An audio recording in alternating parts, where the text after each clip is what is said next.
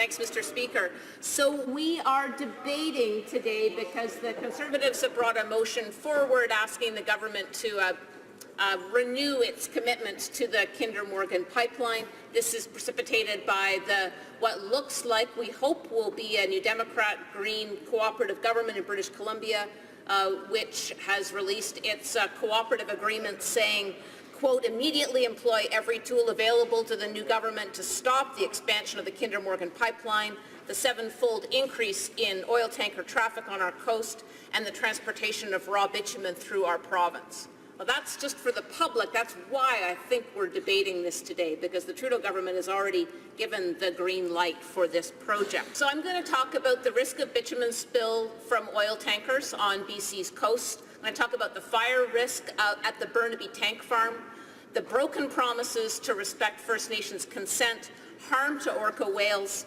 and a long list of broken promises by the Liberal government in relation to the Kinder Morgan pipeline approval. So some of those promises were, quote, ensure that decisions are based on facts, science, and evidence and serve the public interest. We will use scientific evidence and the precautionary principle and take into account climate change when making decisions affecting fish stocks and ecosystem management. And we will give coastal communities more say in managing the resources around them. As a representative of a coastal community, along with my New Democrat colleagues, we represent the waters that a 2013 Tanker Safety Review panel identified as one of the 4 areas of Canada with the highest probability of a large oil spill and one of the 2 areas in Canada with the highest potential impact of an oil spill.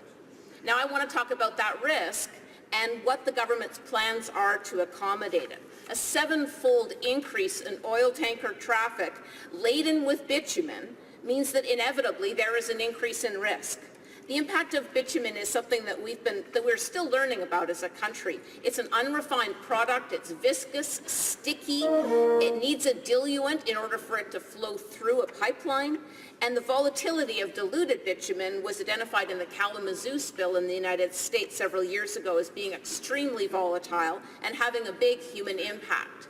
At Vancouver Island University in Nanaimo, where only 2 days after the spill happened, oil spill expert Ricky Ott was on the scene. Now, she came to Vancouver Island University and spoke about some of those impacts. She said the diluents containing benzene, toluene, micro-polyaromatic hydrocarbons began gassing off in the area, causing symptoms such as nausea, dizziness, headaches amongst the local population. This had big impact on the first responders to that spill. She was also on the ground after the Exxon oil spill back in the 1980s, and she reported that the same impacts caused cancer, asthma, hormone and reproductive problems by jamming immune systems and DNA functions. Again, enormous risk to first responders when there is inevitably some form of a spill. Vancouver's Tsleil-Waututh First Nation and Sayout First Nation commissioned a study in 2015 saying, quote, collecting and removing oil from the sea surface is a challenging, time-sensitive, and often ineffective process. Even in the calmest conditions, it's very hard to control. So we have both the human impact of people on the front line and also the environmental impact if we do have a spill in marine waters. Now, in 2013, Environment Canada said that spilled bitumen exposed to sediment in the marine setting sinks and chemical dispersants sprayed on dilbit were not effective. In fact, they made the oil sink beneath the water, which made it even harder to recover. If we end up with tacky tar of covering our seabed, our aquaculture leases, it's going to be a total mess for British Columbia and impact on economy, tourism, ecology. Now, I don't understand how the government approved a 7-fold increase in oil tanker traffic if they didn't know how they're going to clean up the marine environment. And they approved the pipeline despite that lack of knowledge. In 2011, when I was elected as Islands Trust Council Chair, that's a local government in the Gulf Islands, we figured out that this was already a risk. We already had bitumen and that coming through the Salish Sea, and that the risk of the Kinder Morgan pipeline was really going to exacerbate that. We wrote repeatedly to the federal government, got no response. When there finally was late-breaking science that came to the National Energy Board, the National Energy Board refused to hear the evidence. So the pipeline was approved without any inquiry into that issue. Another issue is the tank farm fire risk.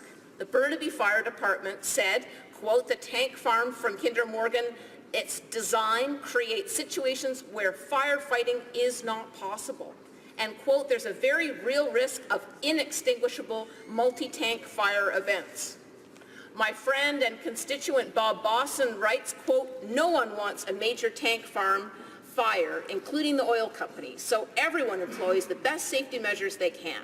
And yet there are 2 or 3 disastrous oil depot tank farm fires every year. And that's why for decades, nowhere in the developed world has a facility like this been built in a city, let alone on the side of a mountain in an earthquake zone, with a university above and hundreds of homes below. That's why tens of thousands of us on the coast, the people whose health and safety are at risk, are committing to protect ourselves and our environment when our government refuses to do so. I'll move then to broken promises to First Nations. The government said we will recognize the relationship between Indigenous people and the land, will respect their legal traditions and perspectives on environmental stewardship. Yet, over 50% of the pipeline and the tanker route involves First Nations who are taking Kinder Morgan and the federal government to court. In my own riding, Saminas leader, Chief John Elliott, says as a nation and a community, for a short-term gain, it will be a lifetime impact to our ecosystem. In the Sanemo First Nation, in my riding, former Chief Colseton, also known as Doug White III, says, quote, this project puts at risk our way of life. He also said the decision was, quote, Doug also said the decision was, quote, premised on a denial of Aboriginal people's rights and voice.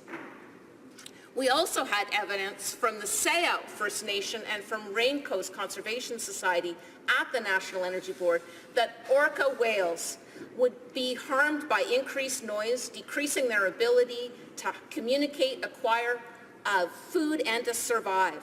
That's from existing shipping noise, but exacerbated by the 7-fold increase in oil tanker traffic through the Salish Sea. And despite that evidence, before the National Energy Board, the NEB approved the pipeline and specifically in its report acknowledged that adverse impacts would be extensive and unmitigatable. We also had evidence from Tsawwassen First Nation that they said that they saw this as a serious assault both to these species at risk and then also to their own way of life. I'll finish by saluting my friend and neighbor Paige Harewood, who just 2 days ago was arrested at the Kinder Morgan site, a young person who's very discouraged by the Prime Minister's betrayal of his promise to renew the National Energy Board process before approving the Kinder Morgan pipeline. For all these reasons, I will be supporting I will be continuing to support First Nations and community opposition to the Kinder Morgan project. I will be voting against the Conservative motion that supports the Kinder Morgan pipeline. I'll be standing up for the coast, standing up for a renewable future and a sustainable coast. Thank you.